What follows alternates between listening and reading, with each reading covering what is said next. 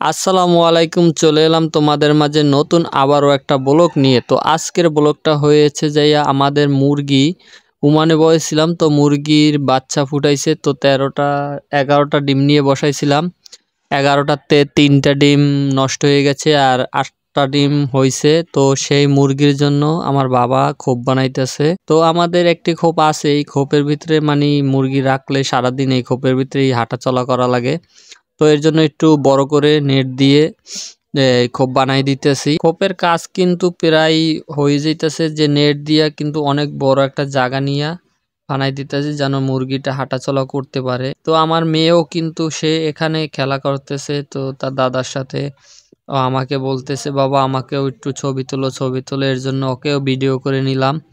তো আমার মেয়েটা কিন্তু দিন দিন বড় হয়ে যাইতেছে আর পাকনা পাকনা কথা কইতেছে, শয়তানতালি করতেছে আমার মেয়ে। এই যে আমাদের স্যাপ দিয়ে ভিজাই দিতেছে। তো ও অনেক দুষ্টুমি করে সারাদিন বাসায় বইসা। আমি অসুস্থ থাকার কারণে আমার জন্য দুধ গরম করতে যাইতেছে, তো আমাকে জিজ্ঞেস করতেছে যে তাড়াতাড়ি গোসল করে আসো, দুধ গরম করে দিতেছি। আমাদের কাজ কিন্তু প্রায় শেষ হয়ে যাইতেছে, আর অল্প একটু কিছু কাজ বাকি আছে, যে উপরি দিয়ে একটা কাপড় দিয়ে দিতে হবে, আর নাইলে কিন্তু আমাদের এখানে চিল আছে, অনেক চিল, আর নাইলে কিন্তু নিয়ে যাইবে। তো উপরের কাপড় দেওয়ার পরে কিন্তু দেখুন আমাদের খোপটা, আমাদের নেটের খোপটা কিন্তু মুরগির জন্য হয়ে গেছে।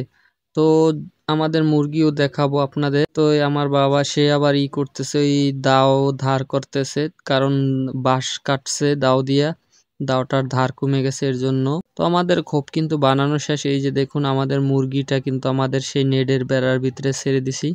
তো এখন কিন্তু সব এক জায়গায় বসে আছে। যদি ভিডিওটা ভালো লাগে অবশ্যই আমাদের চ্যানেলটা সাবস্ক্রাইব করে দিবেন আরো নতুন নতুন ভিডিও পাওয়ার জন্য।